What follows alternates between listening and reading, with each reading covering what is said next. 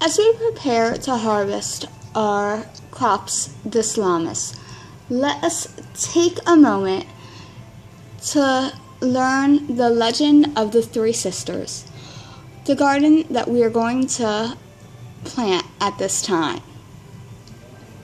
Once upon a time, the Native Americans told this story. There were three sisters who lived in the field. Three sisters were quite different from one another, not just in size and shape or the way they dressed. The differences were many, but they still loved one another. One of the three was a little sister, so young that she could only crawl at first.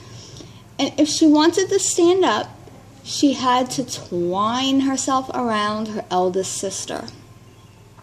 The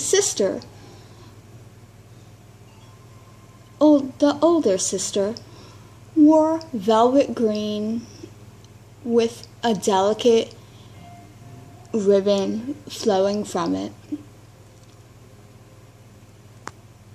The second sister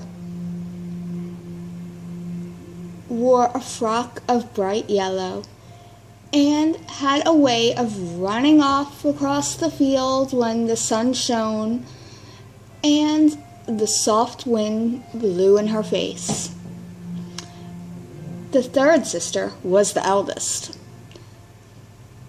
Without her, the youngest could not stand. She was always standing very straight and tall above the other sisters, trying to guard them. This is the eldest's duty, as we all know. There was only one way in which the three sisters were alike. They loved one another very much. Their love united them, and they were never separated. For if they were separated, they knew they would never be able to live apart. After a while, a stranger came to the sisters' field. It was a little Iroquois boy, for this is from the Iroquois tribe. This is their legend. He was as straight as an arrow and as fearless as an eagle that circled his head above in the sky.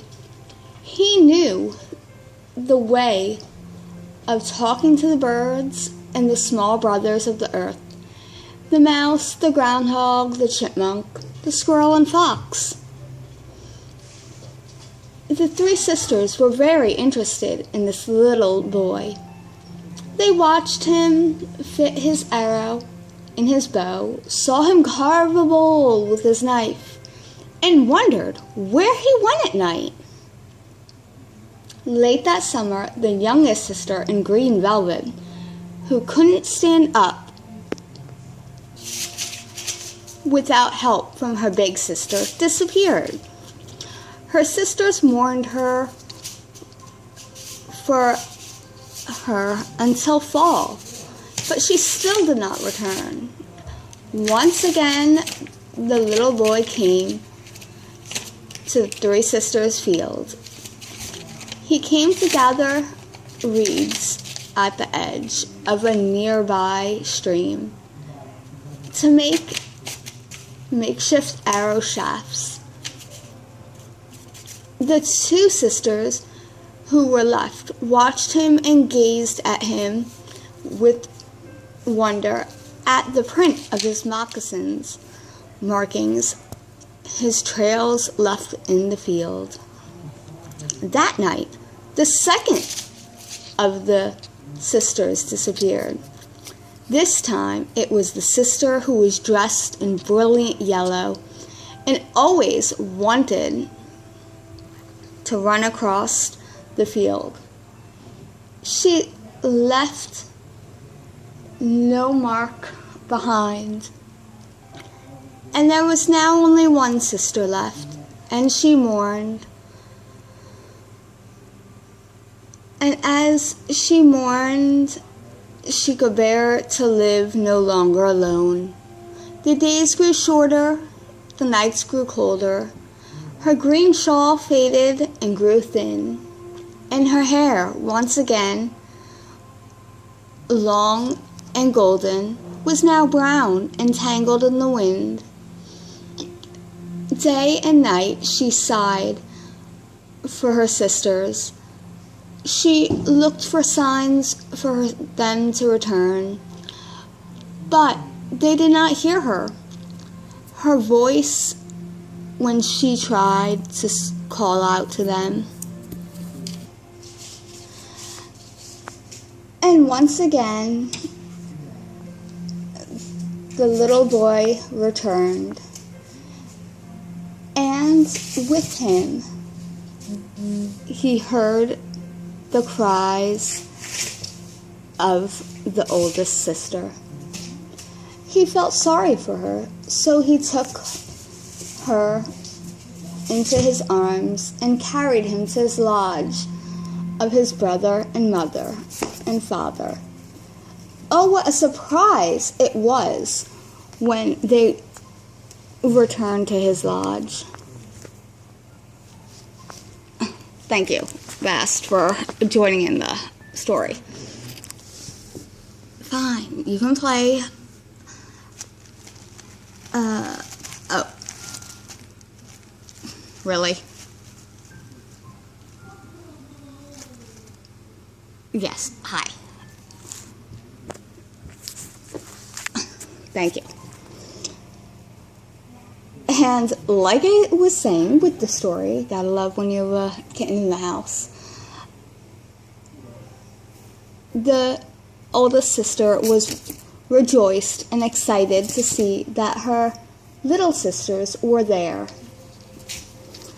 And the little sister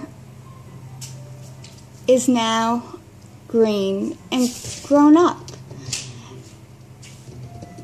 And again, thank you, Ast, for joining the video. I greatly appreciate it. Over here.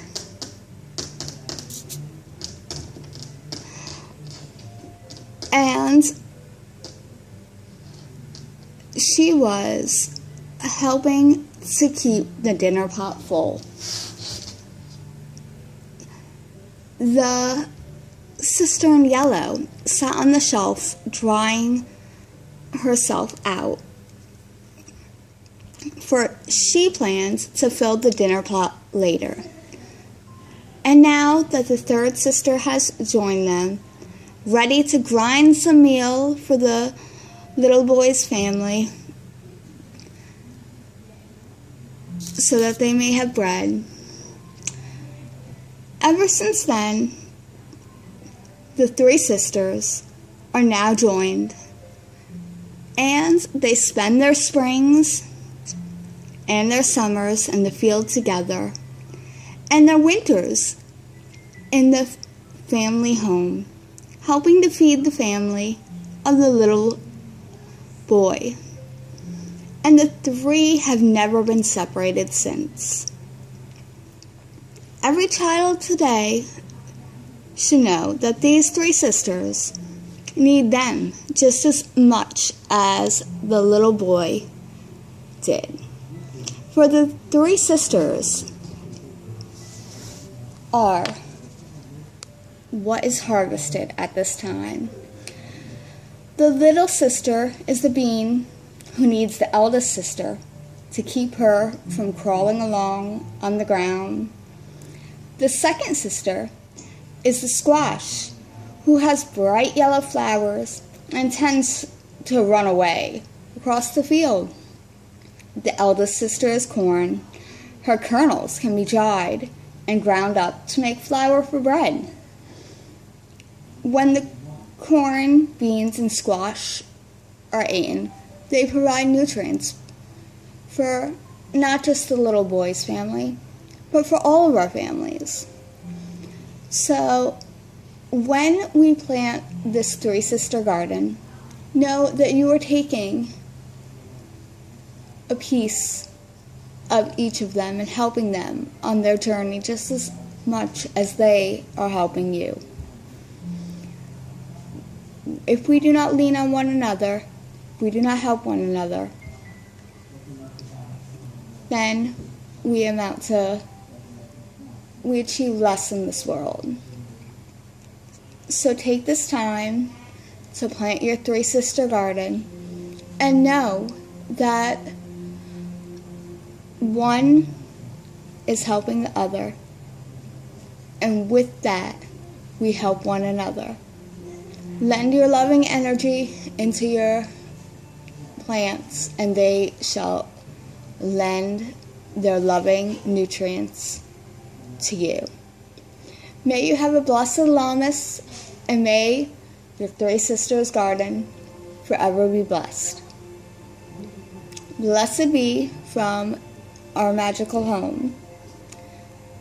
And don't forget, if you would like more stories and more fun stuff, subscribe and give us a thumbs up. Well, have a blessed day.